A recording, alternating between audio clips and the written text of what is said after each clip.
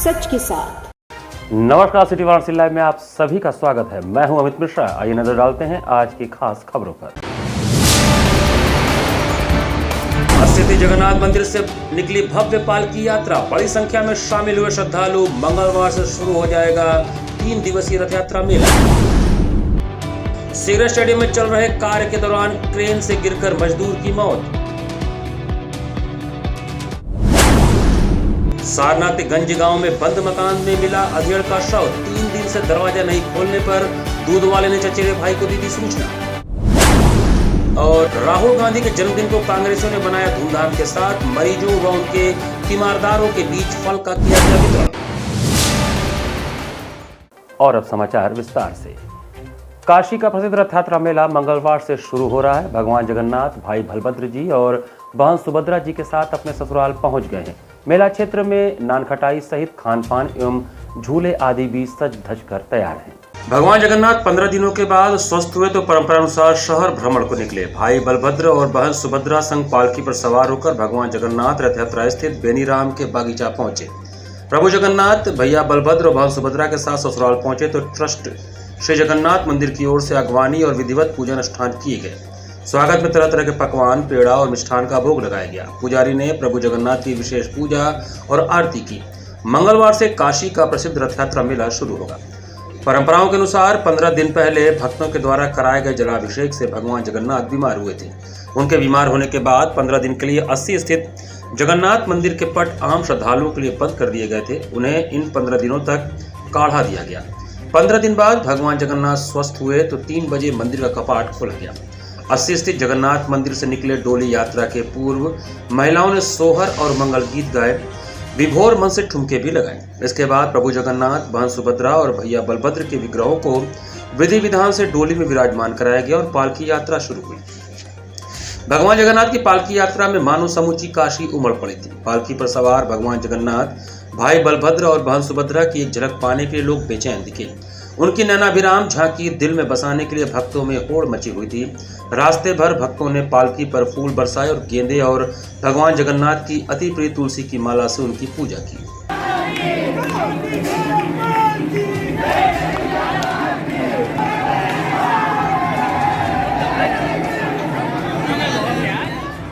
डोली यात्रा के कामाख्या स्थित बेनी माधव बाग में पहुंचने के साथ ही रथ यात्रा क्षेत्र 3 दिवसीय मेले के लिए सज धज कर तैयार हो गया है।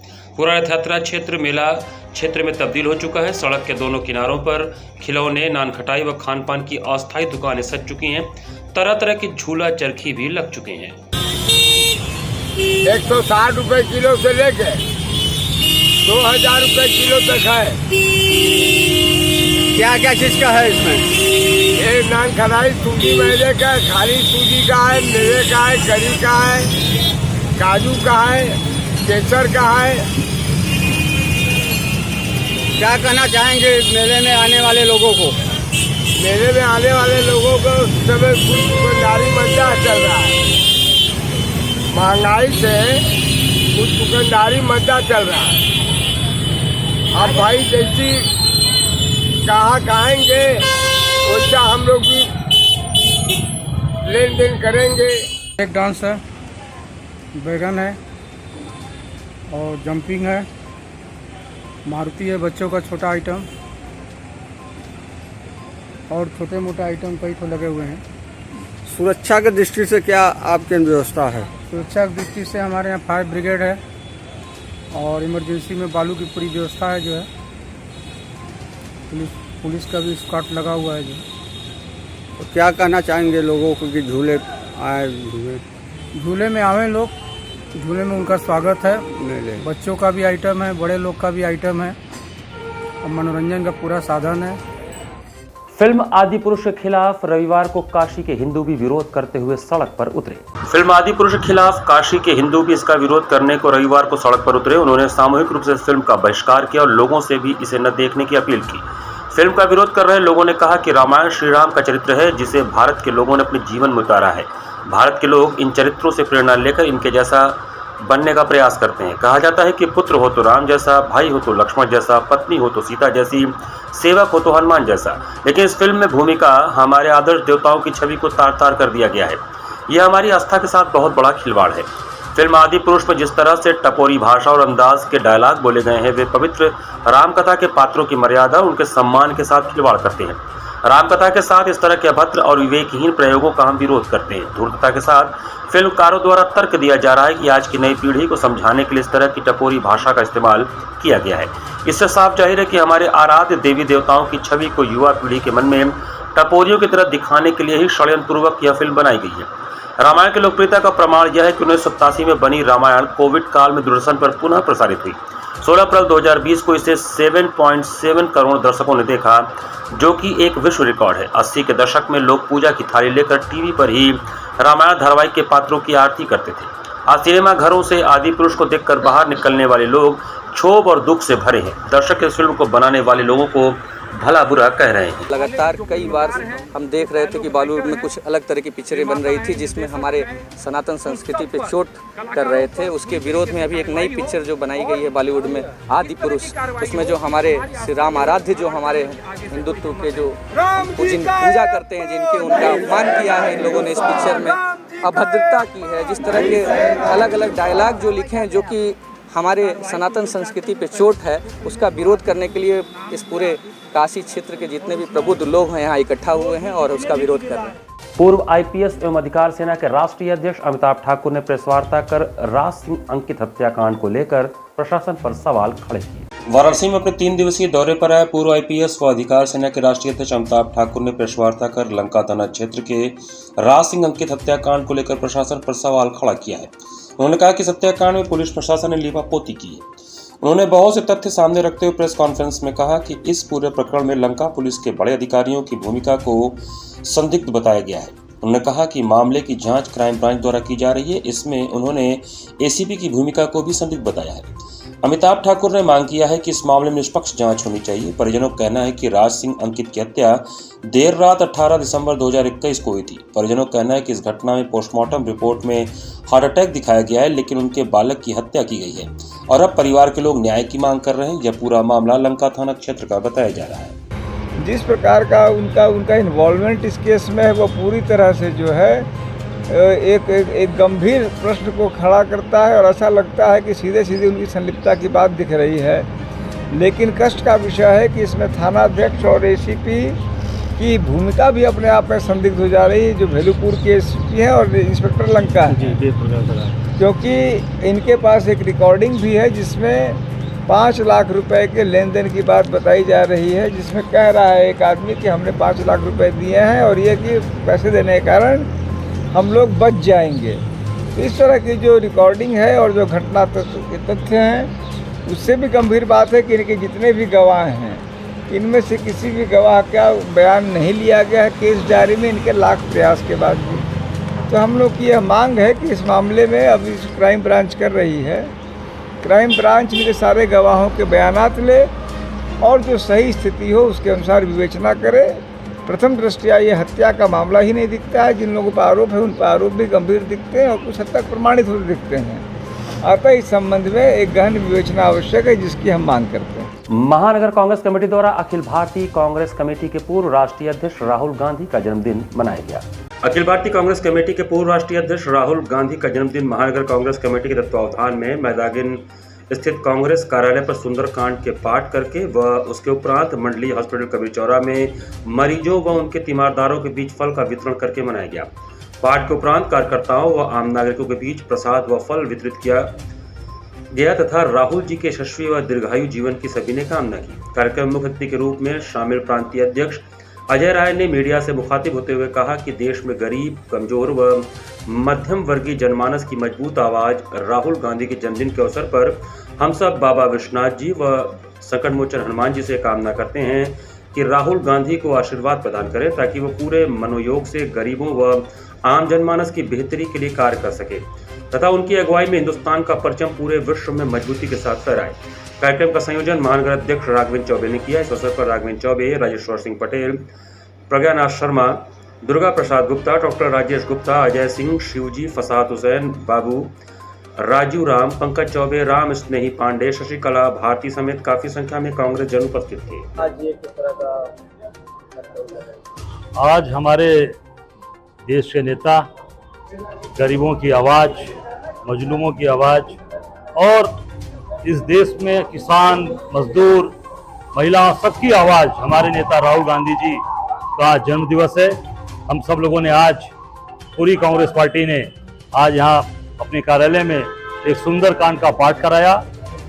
उनको इस आज के दिन वो मजबूत हो, दीर्घजीवी हो और स्वस्थ रहें, देश की सेवा करें, देश की आम जनता की आवाज़ जैसे लगातार उठाते चले आ रहे हैं, चाहे वो अपनी सरकार रही हो, चाहे विपक्षी सरकार रही हो, कभी भी गलत चीज़ों का साथ नहीं दिया। ऐसे महान नेता के जन्मदिवस पर आज हम लोगों ने सुंदरकांड का पाठ किया। हमारे एक एक कार्यकर्ता उसमें शामिल हुए और उनकी मंगल कामना हम लोगों ने की है, उनकी उज्ज्वल भविष्य की कामना। राहुल गांधी के जन्मदिन को NSUI के कार्यकर्ताओं ने भी मनाते हुए महात्मा गांधी काशी विद्यापीठ गेट नंबर 2 पर लोगों के बीच शरबत का वितरण किया।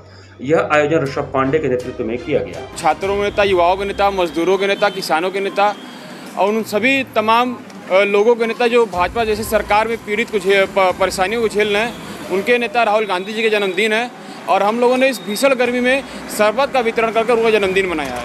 जिस तरीके से भाजपा सरकार वर्तमान समय में नफरत फैला रही है पूरे देश में, और हम लोगों ने शरबत का वितरण करके और मोहब्बत फैलाने का काम किया है। हमारे नेता लगातार कहते आए हैं मैं इस नफरत के बाज़ार में मोहब्बत की दुकान खोलने आया हूँ, तो उसी तरीके से उस संदेश को हम लोगों ने आगे बढ़ाते हुए एक मैसेज दिया है कि इस नफरत के बाज़ार में हम लोगों ने शरबत का वितरण करके मोहब्बत की दुकान खोली है। समाजवादी अल्पसंख्यक सभा एवं पिछड़ा वर्ग प्रकोष्ठ की संयुक्त बैठक सपा के नवनियुक्त महानगर अध्यक्ष मोहम्मद हैदर गुड्डू के आवास पर। 18 जून को नवनियुक्त महानगर अध्यक्ष समाजवादी अल्पसंख्यक सभा मोहम्मद हैदर गुड्डू के आवास पर महानगर अल्पसंख्यक सभा एवं पिछड़ा वर्ग प्रकोष्ठ की संयुक्त बैठक हुई, जिसमें पार्टी और संगठन को मजबूत करने पर चर्चा हुई। नवनियुक्त महानगर अध्यक्ष मोहम्मद हैदर गुड्डू ने कहा कि बूथ स्तर पर कार्यकर्ताओं को मजबूत करके ही आगामी लोकसभा चुनाव जीता जा सकता है। मीटिंग में नवनियुक्त महानगर अध्यक्ष पिछड़ा वर्ग विवेक कहार, पूर्व पार्षद एवं विधानसभा अध्यक्ष शमीम अंसारी, पूर्व पार्षद नासिर जमाल, श्याम बाबू, मोहम्मद सरफराज, सलीम अंसारी, हिफाजत अली, विक्की खां आदि लोग मौजूद थे। लोकसभा चुनाव को देखते हुए हम दोनों आदमी को, ये हमारे पिछड़ा वर्ग प्रकोष्ठ के अभी नवनियुक्त अध्यक्ष हुए हैं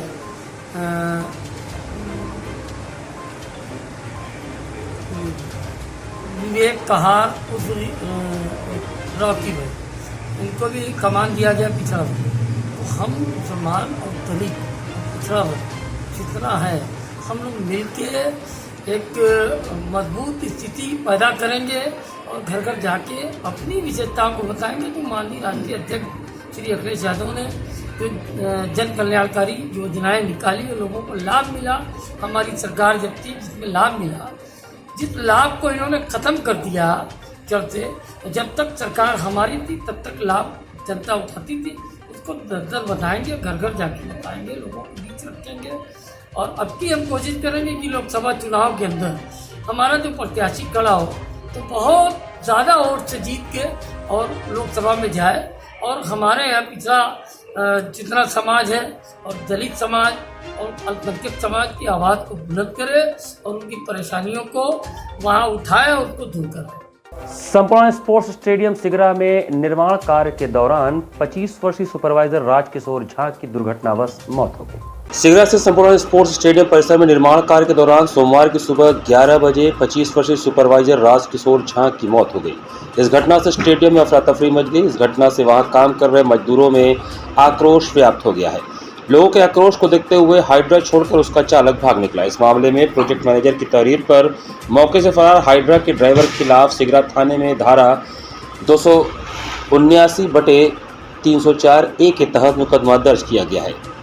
गौरतलब है कि स्टेडियम में काफी दिनों से निर्माण कार्य चल रहा है। झारखंड के रांगा साहेबगंज थाना क्षेत्र के निवासी मनोज झा का बेटा राजकिशोर कार्यदायी संस्था का सुपरवाइजर था। कार्य के दौरान हाइड्रा का चालक वाहन को आगे पीछे कर रहा था। इसी दौरान राजकिशोर हाइड्रा की चपेट में आ गया। वह कंपनी में 6 माह से काम कर रहा था। कार्यदायी संस्था के प्रोजेक्ट मैनेजर शाकुम्भरी नंदन संथालिया ने बताया कि निर्माण कार्य मानक के अनुरूप हो रहे हैं। स्टेडियम में पाइलिंग का काम हो रहा था। इस दौरान हाइड्रा की चपेट में आ जाने से दुर्भाग्यपूर्ण घटना हो गई। मृत राजकिशोर के परिवार वालों को सूचना दे दी गई है। कंपनी की ओर से पीड़ित परिवार को मुआवजा दिलाया जाएगा। आज एक बहुत ही दुर्भाग्यपूर्ण घटना हुई है हमारे सिगरा स्टेडियम का जो प्रोजेक्ट चल रहा था उसमें बेसिकली एक राजकिशोर झा नाम के एक मज़दूर थे जो यहाँ पे कार्यरत थे और एक हादसे के दौरान उनकी मृत्यु हो गई है। और मौके पे जो भी चीज़ें आई उसके बाद जो प्राथमिक कार्रवाई होती है वो प्राथमिक कार्रवाई की जा चुकी है और अभी शव को पोस्टमार्टम के लिए शिवपुर स्थित पोस्टमार्टम हाउस में भेज दिया गया है। जहाँ तक बाकी जान माल के खतरे की बात आती है तो यहाँ पे जो हमारा जो भी निर्माण कार्य चल रहा है मापदंड के साथ ही हो रहा है, लेकिन एक हादसा था चूँकि मैंने कहा, तो जो भी चीज़ें हैं उसके लिए जो भी मुआवजा होगा वो कार्यदायी संस्था के एंड से दिलाया जाएगा। यहाँ पर वक्त चला छोटा सा ब्रेक का, बने रहिए सिटी वाराणसी लाइव के साथ। वाराणसी लाइव सच के साथ। I am a student of Jeevandeep Mahavidyalaya. I am proud of Mahavidyalaya for excellent faculty, best support and best infrastructure and best place. I am a student of Jeevandeep Mahavidyalaya. I am proud of Mahavidyalaya for excellent faculty, best support and best infrastructure and best place. I am a student of Jeevandeep Mahavidyalaya. I am proud of Mahavidyalaya for excellent faculty, best support and best infrastructure and best place. Corona virus ने देश में एक बार फिर से रफ्तार पकड़ ली है। ऐसे में जरूरी है कि सभी लोग पूरी एहतियात बरतें। घर से बाहर निकलते समय मास्क का सदैव प्रयोग करें। समय समय पर हाथों को सैनिटाइजर से सैनिटाइज करें। ज्यादा भीड़ भाड़ वाली जगहों में जाने से बचें। 2 गज की दूरी का पालन करें। स्वस्थ रहें, सुरक्षित रहें। जनहित में जारी वाराणसी लाइव। वाराणसी लाइव सच के साथ। ब्रेक के बाद आपका स्वागत है। गंज गांव सारनाथ क्षेत्र के एक बंद मकान से सोमवार की दोपहर एक अधेड़ की लाश मिलने से सनसनी फैल गई। सारनाथ थाना क्षेत्र के गंज गांव के एक बंद मकान में अधेड़ की लाश सोमवार की दोपहर मिली। कहा जा रहा है कि 3 दिन से दरवाजा नहीं खोलने पर दूध वाले ने चचेरे भाई को जानकारी दी। चचेरे भाई ने दरवाजा फांद कर देखा तो अधेड़ नरेंद्र कुमार गांधी मृत अवस्था में पड़े थे। नरेंद्र ज्वेलरी का काम करते थे। पता चलने पर पहुंची सारनाथ पुलिस ने शव को कब्जे में लेकर जांच प्रारंभ कर दिया। मौत का कारण अभी तक साफ नहीं हो पाया है। अधेड़ की पत्नी मुंबई में रहती है, बेटा अमेरिका में नौकरी करता है। नरेंद्र गंज गांव में मकान में रहते थे। हमारे कजन भाई हैं जी, और ये 2 दिन से 3 दिन से ये खोल नहीं रहे थे गेट। तो आज नौकर आके बोला कि भैया 2-3 दिन से हम लोग बाहर से खोल नहीं रहा है, आप जब देखो। तो हम बोला ठीक है। तो इधर से हमने आदमी को भेज करके खुलवाया। वो देखा तो लड़के वही उतरा। देखा तो बोला ऐसे क्या हो गया। तो उसने हमने पुलिस को बुला करके सबको दिखाया। आकर के वही पुलिस वाले अपना कार्रवाई कर रहे हैं। तो क्या लग रहा है, बीमार चल रही थी या कोई और बात है? अब तो ये कल पोस्टमार्टम होगा तो क्लियर होगा। अच्छा, तो क्या आप लोगों को पहले से कुछ जानकारी है कि मतलब बीमारी थी कुछ इनको? नहीं, ऐसी कोई जानकारी नहीं। अच्छा, घर ये उन्हीं का है? हाँ, इन्हीं का। तो यहाँ और कोई भी रहता है? अकेले रहते थे? अकेले रहते हैं। और कोई बीवी बच्चे? बीवी इनकी बॉम्बे रहती है, लड़का इनका सर्विस कर रहा है अमेरिका में। अच्छा, ये केवल अकेले यहाँ रहते थे क्या? केंद्र सरकार के 9 वर्षों के कार्यों के प्रचार प्रसार के लिए किसान मोर्चा ने मोटरसाइकिल रैली निकाली। केंद्र सरकार के 9 वर्ष पूर्ण होने पर 1 माह का जनसंपर्क अभियान चलाया जा रहा है। इसी क्रम में प्रधानमंत्री नरेंद्र मोदी के संसदीय क्षेत्र वाराणसी में किसान मोर्चा के द्वारा मोटरसाइकिल रैली निकाली गई। इस रैली के माध्यम से केंद्र सरकार के 9 वर्ष की उपलब्धियों को लेकर जनता के बीच लोग जा रहे हैं। लगभग 1000 मोटरसाइकिल पर सवार कार्यकर्ताओं ने योगी मोदी व जय श्री राम के नारे लगाते हुए चल रहे थे। वाराणसी लोकसभा के अजगरा विधानसभा से मोटरसाइकिल रैली की शुरुआत हुई, जो शिवपुर विधानसभा से होकर शहर उत्तरी विधानसभा में इसका समापन हुआ। इसके बाद जन चौपाल लगाकर केंद्र सरकार के 9 साल की उपलब्धियों के बारे में लोगों को बताया गया। इस रैली का नेतृत्व काशी क्षेत्र के अध्यक्ष दिलीप सिंह पटेल, जिलाध्यक्ष व एमएलसी हंसराज विश्वकर्मा, अजगरा विधायक त्रिभुवन राम, किसान मोर्चा के अध्यक्ष राम प्रकाश वीरू, नागेंद्र रघुवंशी के साथ साथ तमाम पदाधिकारी व कार्यकर्ता कर रहे थे। इस दौरान काशी क्षेत्र के अध्यक्ष दिलीप सिंह पटेल ने बताया कि आगामी 26 जून को रोहनिया स्थित जगतपुर इंटर कॉलेज में विशाल जनसभा आयोजित की गई है, जिसमें मुख्यमंत्री योगी आदित्यनाथ के साथ साथ कई मंत्री व विधायक मौजूद रहेंगे। वहीं 27 जून को देश के प्रधानमंत्री व बनारस के सांसद नरेंद्र मोदी वीडियो कॉन्फ्रेंसिंग के जरिए मंडलवार लोगों को संबोधित करेंगे। तो चौपाल के माध्यम से जो किसान भाइयों के लिए हमारी केंद्र की सरकार, यशस्वी प्रधानमंत्री नरेंद्र मोदी जी की सरकार ने जो कार्य किए हैं उसको अवगत कराना है कि हमारी केंद्र की सरकार क्या क्या काम की है किसान भाइयों के लिए, उसके बीच में चर्चा करनी है किसान भाइयों। अगर बात किया जाए कि 8 विधानसभा में एक जनसभा भी होना है, इसको लेकर के कब तैयारियां हैं और इसका कब निर्धारित किया गया? नहीं, प्रत्येक लोकसभा में एक जनसभा होनी है। तो प्रत्येक लोकसभा में जो जनसभा होनी है उसमें हमारे वाराणसी लोकसभा का जो जनसभा है वो 26 जून को है, जगतपुर इंटर कॉलेज में प्रस्तावित है। इसी तरीके से उत्तर प्रदेश के 80 लोकसभाओं में 80 जनसभाएं होंगी। तो क्या उस दिन मुख्यमंत्री योगी आदित्यनाथ भी इस जनसभा में होंगे? हाँ, अभी तक जो हम लोगों के पास सूचना है, प्रदेश के यशस्वी मुख्यमंत्री जी के आने की पूरी सूचना है।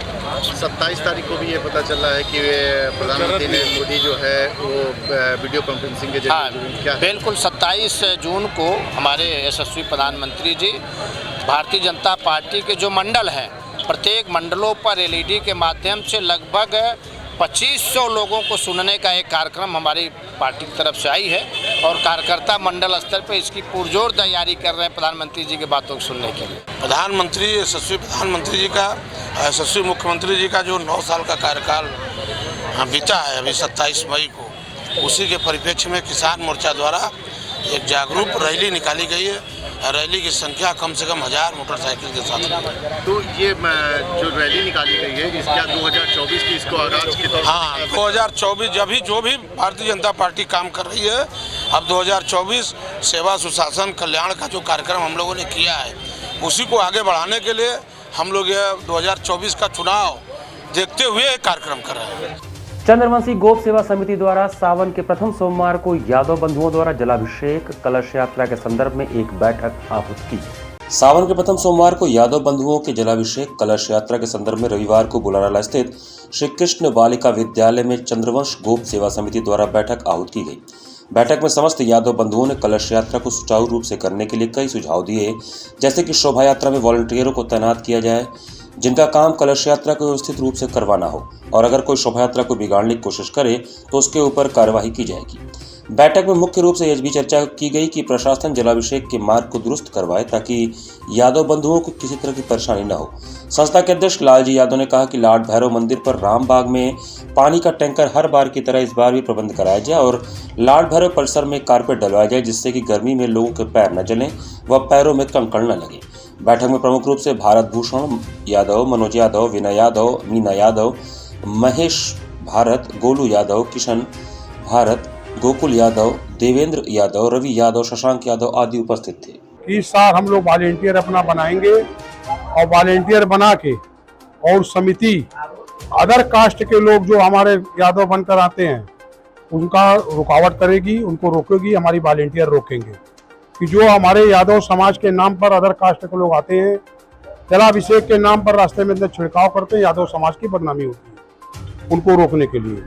और मुख्य चीज हम प्रशासन को ये बताना चाहते हैं कि जिस मार्ग से हमारा जुलूस चलता है, शोभा यात्रा, कलश यात्रा चलता है, उस यात्रा को दुरुस्त करावे और हम जो जलाभिषेक 1932 से करते आए हैं गर्भगृह के अंदर, प्रशासन ने विगत वर्ष जो पिछला वर्ष रहा उसमें हम लोगों को 11 लोगों केवल गर्भगृह के अंदर जलाभिषेक करने दिया।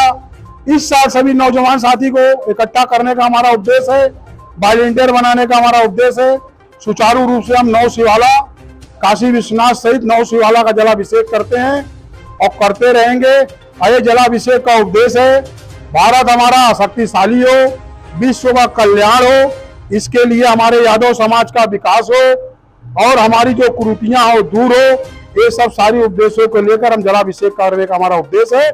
शिक्षक प्रशिक्षण कार्यशाला के दूसरे दिन स्वामी हर्षमानंद पब्लिक स्कूल बनपुरवा में हार्टफुलनेस एजुकेशन के विषय विशेषज्ञों द्वारा अध्यापन शैली की महत्वपूर्ण जानकारियां दी गई।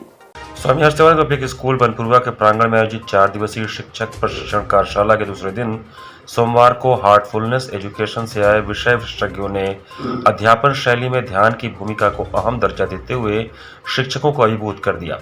कार्यशाला का शुभारंभ हार्टफुलनेस एजुकेशन के रिसोर्स पर्सन व मुख्य अतिथि सिस्टर माया सिंह, विद्यालय के प्रबंधक प्रकाश ध्यानंद तथा विद्यालय शाखा समूह के प्रधानाचार्य ने स्वामी हरसेवानंद जी महाराज परमहंस के तैलचित्र पर माल्यार्पण एवं दीप प्रज्वलन से किया। कार्यशाला के प्रथम सत्र में हार्टफुलनेस ध्यान का परिचय देते हुए फैसिलिटेशन स्किल से अवगत कराते हुए मुख्य अतिथि ने कहा कि शिक्षा का उद्देश्य हर एक व्यक्ति का चौमुखी विकास करना है। इनमें शरीर और मन, बुद्धिमत्ता, स्वच्छता, संवेदनशीलता, सुरुचिपूर्णता, व्यक्तिगत जिम्मेदारी और आध्यात्मिक मूल्य शामिल है। इन्हें प्राप्त करने के लिए हमें हार्टफुलनेस ध्यान अपनी अहम भूमिका निभाता है। दूसरे सत्र में हार्टफुलनेस ने वे कैरिकुलम प्रैक्टिकल वर्कशॉप कराया, जिसके अंतर्गत कहा कि विश्व में एक दूसरे के साथ शांतिपूर्वक रहना सीखने के लिए सबसे पहले आंतरिक शांति की खोज आवश्यक है। यह खोज ध्यान से ही संभव है।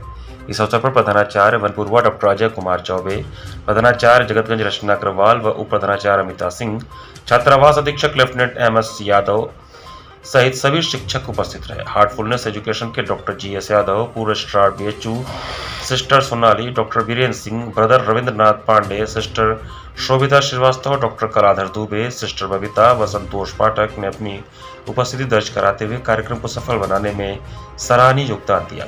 कार्यक्रम में स्वागत भाषण प्रधानाचार्य कड़वा घाट चंद्रशेखर सिंह, संचालन SP शुक्ला व धन्यवाद ज्ञापन प्रधानाचार्य चुर्क AK वर्मा ने किया। फ्रीडम ब्रिज हिंदी में है और ये बहुत ही उपयोगी है।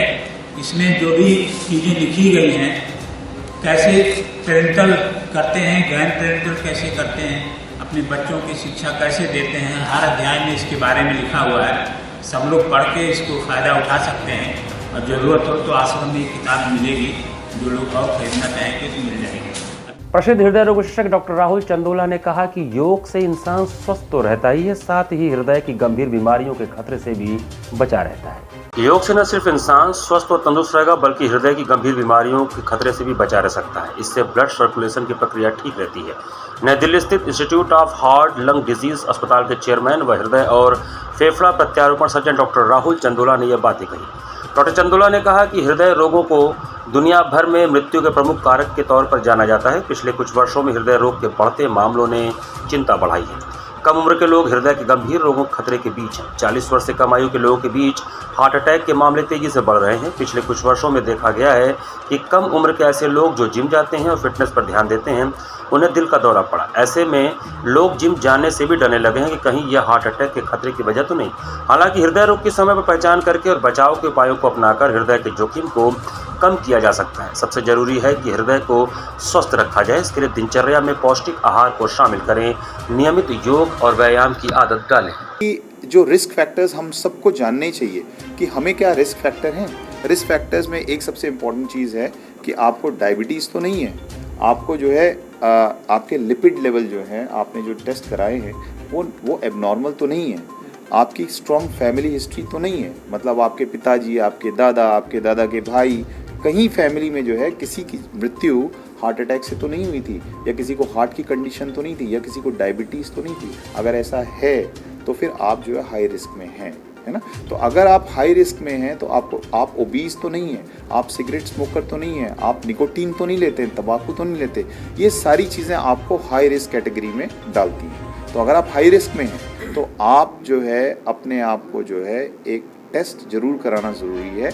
हार्ट हेल्थ जो है उसको चेक करने के लिए ज़रूरी है कि हम जो है कॉम्प्रिहेंसिव कार्डियक चेकअप ज़रूर कराएं।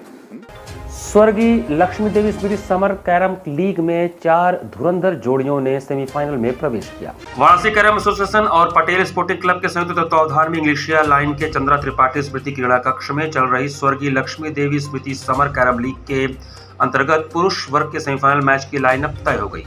इसके अनुसार अश्विनी चक्रवाल और गौरव गुप्ता की जोड़ी व्योम प्रकाश मानव और अश्विनी मौर्य के युगल से, और अभिषेक विश्वकर्मा तथा जमुनाधर उर्फ झुनझुन गुप्ता का युगल संदीप यादव और कलीमुर रहमान की जोड़ी की सेमीफाइनल में भिड़ंत होगी। सोमवार को 9वें दिन खेले गए महिला वर्ग के लीग युगल मुकाबले में कामना गुप्ता और रितंभरा की जोड़ी ने सुमन गिनोडिया और शिखा सिंह की जोड़ी को 24-8, 25-10 से पराजित कर लगातार दूसरी जीत दर्ज की। तो वहीं दीपाली यादव और रितिका केशरी की जोड़ी ने रेणु काराय और शिवांगी गुप्ता की जोड़ी को लीग का अपना दूसरा मैच खेलते हुए 25-12, 24-16 से हराकर पहली जीत दर्ज करने में सफलता हासिल किया। आयोजन समिति के अनुसार महिला और पुरुष वर्ग के सेमीफाइनल तक युगल मैचों की समाप्ति के तुरंत बाद मिक्स डबल मैच शुरू होंगे। इसको भी सेमीफाइनल तक करने के बाद महिला पुरुष वर्ग के एकल मैच प्रारंभ होंगे। सभी फाइनल मैच अंत में एक ही दिन कराए जाएंगे। मैचों का संचालन आयोजन समिति के अध्यक्ष बैजनाथ सिंह तथा सचिव अश्विनी चक्रवाल की देखरेख में प्रधान निर्णायक रमेश कुमार वर्मा और सहायक निर्णायक रवि आर्य के नेतृत्व में निर्णायक संदीप यादव, वैभव नारायण सिंह, श्री प्रसाद सोनी, गौरव गुप्ता, शिवदयाल यादव और हरियाली सिंह ने किया। इसी के साथ सिटी वाराणसी लाइव का ये संस्करण हम समाप्त करते हैं। मुझे दीजिए आज्ञा। नमस्कार।